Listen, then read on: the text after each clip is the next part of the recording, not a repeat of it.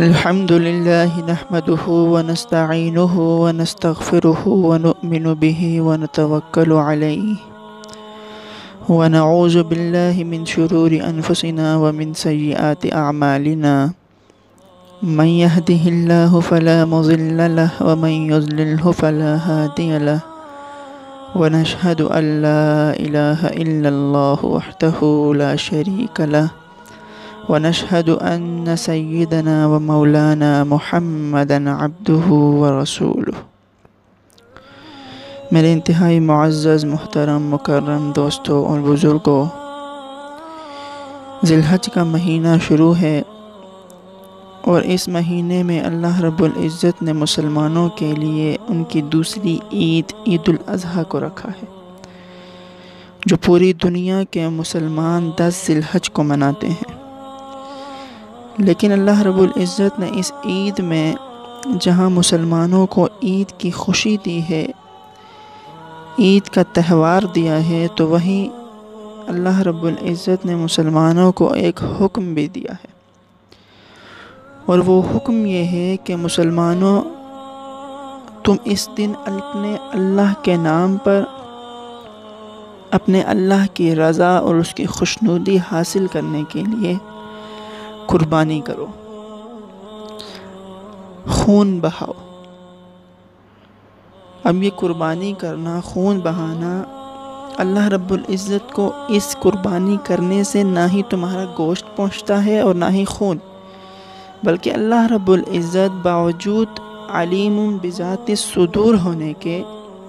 ما کان و ما یکون کا علم اللہ رب العزت کے پاس ہونے کے باوجود اللہ رب العزت بس یہ آزمانا چاہتے ہیں، یہ دیکھنا چاہتے ہیں کہ میں نے اپنے بندوں کو جو حکم دیا ہے، میرے بندے اس حکم کی تعمیل، اس کی اطاعت کرتے ہیں یا نہیں۔ اللہ رب العزت اس قربانی کے ذریعے تمہارے دلوں کے اندر جو تقوی ہے، جو اللہ سے ڈرنا ہے، جو ایک خاص خلوص ہے اللہ کے لیے، اللہ رب العزت کو وہ اللہ رب العزت کے ہاں وہ قابل قبول ہے، اور اللہ رب العزت اسی کو دیکھتے ہیں۔ تو اس عید پر اللہ رب العزت کا ایک خاص حکم بھی ہے ہمارے لیے کہ ہم قربانی کریں، چاہے ہم بیل کی کریں، بھینس کی کریں،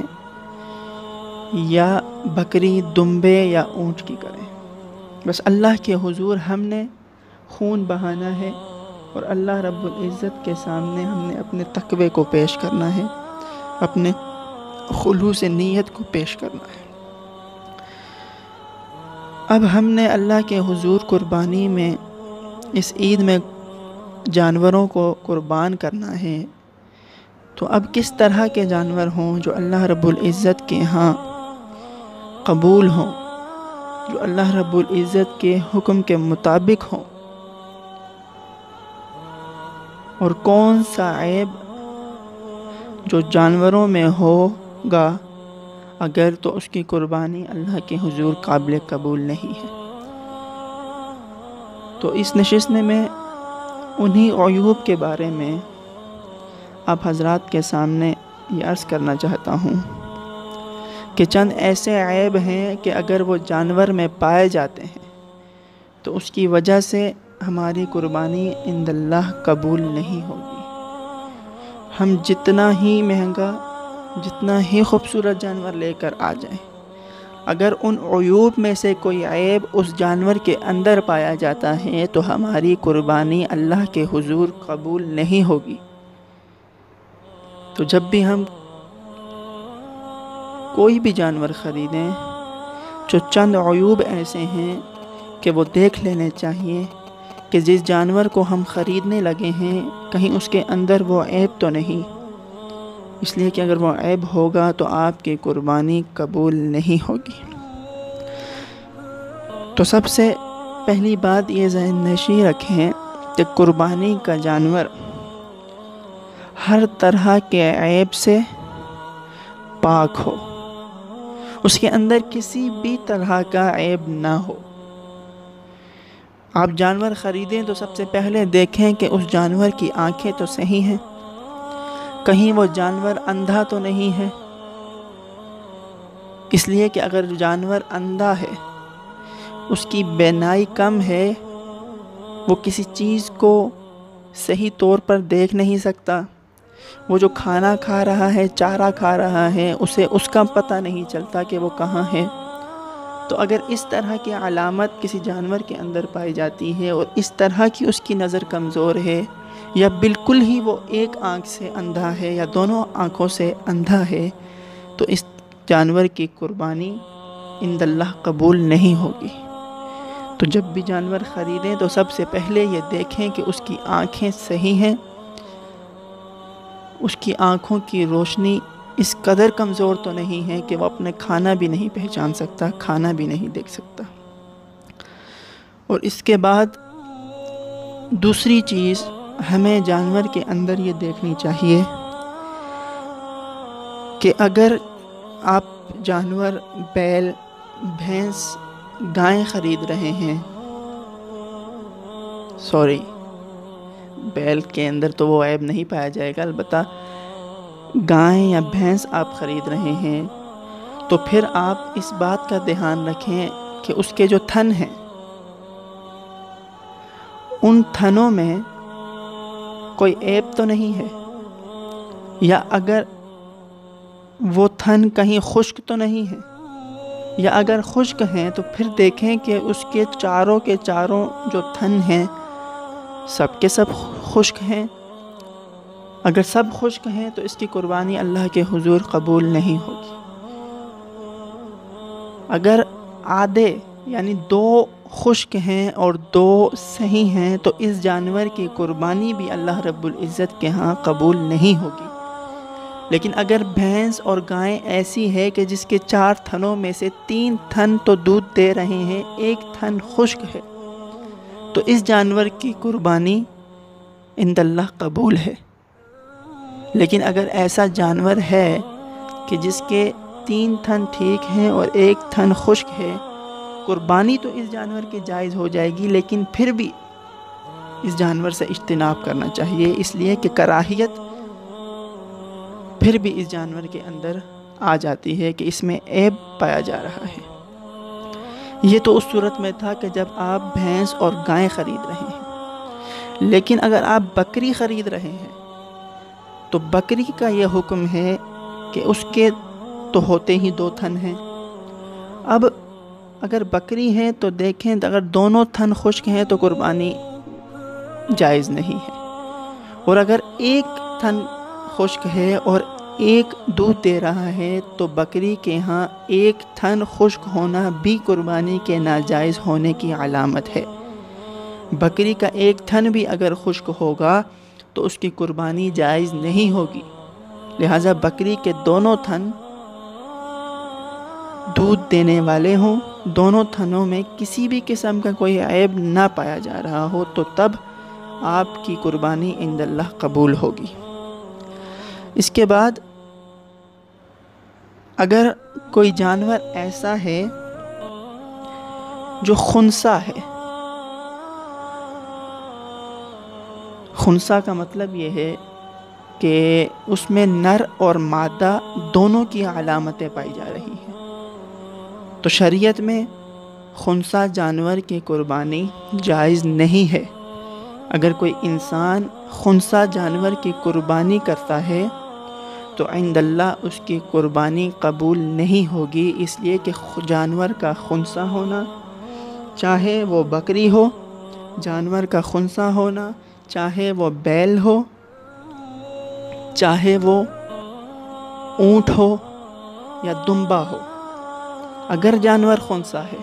تو اس کی قربانی جائز نہیں ہے۔ اسی طرح اگر جانور ایسا ہے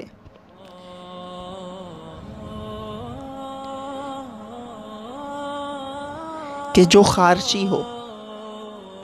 یا کسی اور وجہ سے اتنا کمزور ہو گیا ہو کہ اس کی ہڈیوں میں مغز نہ رہے، اس کی ہڈیوں میں جو گودا ہوتا ہے وہ باقی نہ رہے، اب اس کی پہچان کیسی ہے؟ اس کی پہچان اس طرح ہو سکے گی کہ اگر کوئی جانور اتنا کمزور ہے اور کمزوری کی وجہ سے وہ جانور کھڑا نہیں ہو پا رہا،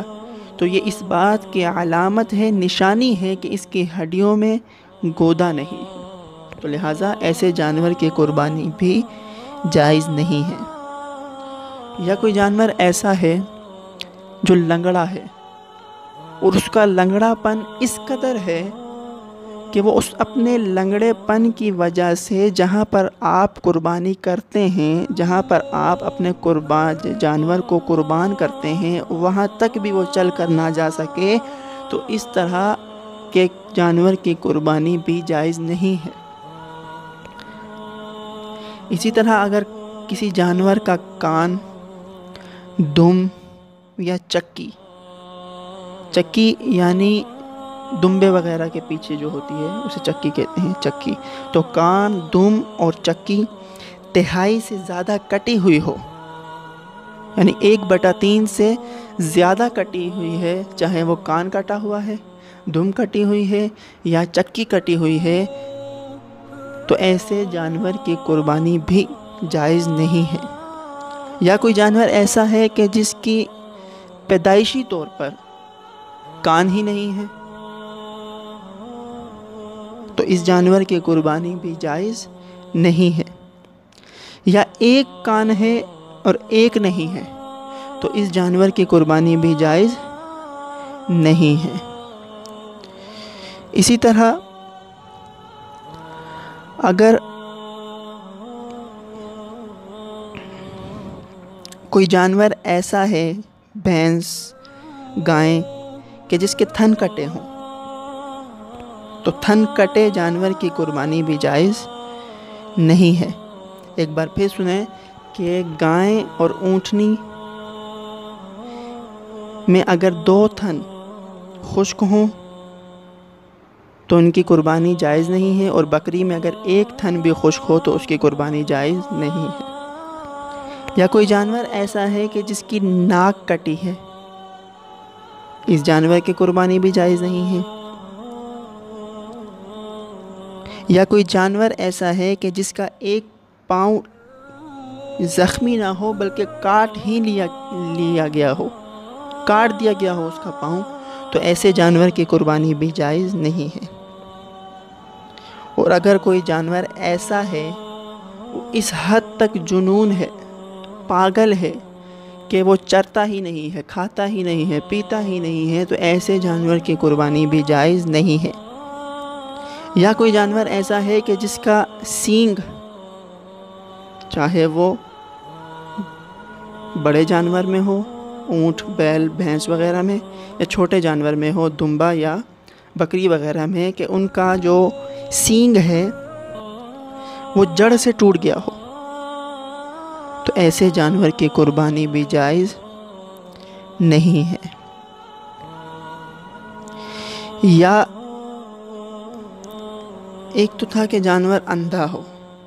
یا جانور ایسا ہے کہ جو اندھا تو نہیں لیکن کانا ہے، اور کانا پن اس کا صاف ظاہر ہو رہا ہے، تو ایسے جانور کی قربانی بھی جائز نہیں ہے۔ تو یہ چند ایک چیزیں تھیں جو آپ حضرات کے سامنے بیان کر دی گئی ہیں۔ ان کو سامنے رکھتے ہوئے آپ جب بھی کوئی قربانی کا جانور خریدیں تو ان عیوب کو اپنے سامنے رکھتے ہوئے قربانی کے جانور کو خریدیں، اس لیے کہ ہم جو قربانی کا جانور خرید رہے ہیں وہ اللہ کے حکم پر، اللہ کے نام پر قربان کرنے کے لیے خرید رہے ہیں، تو ہمارا جانور ہر طرح کے عیب سے،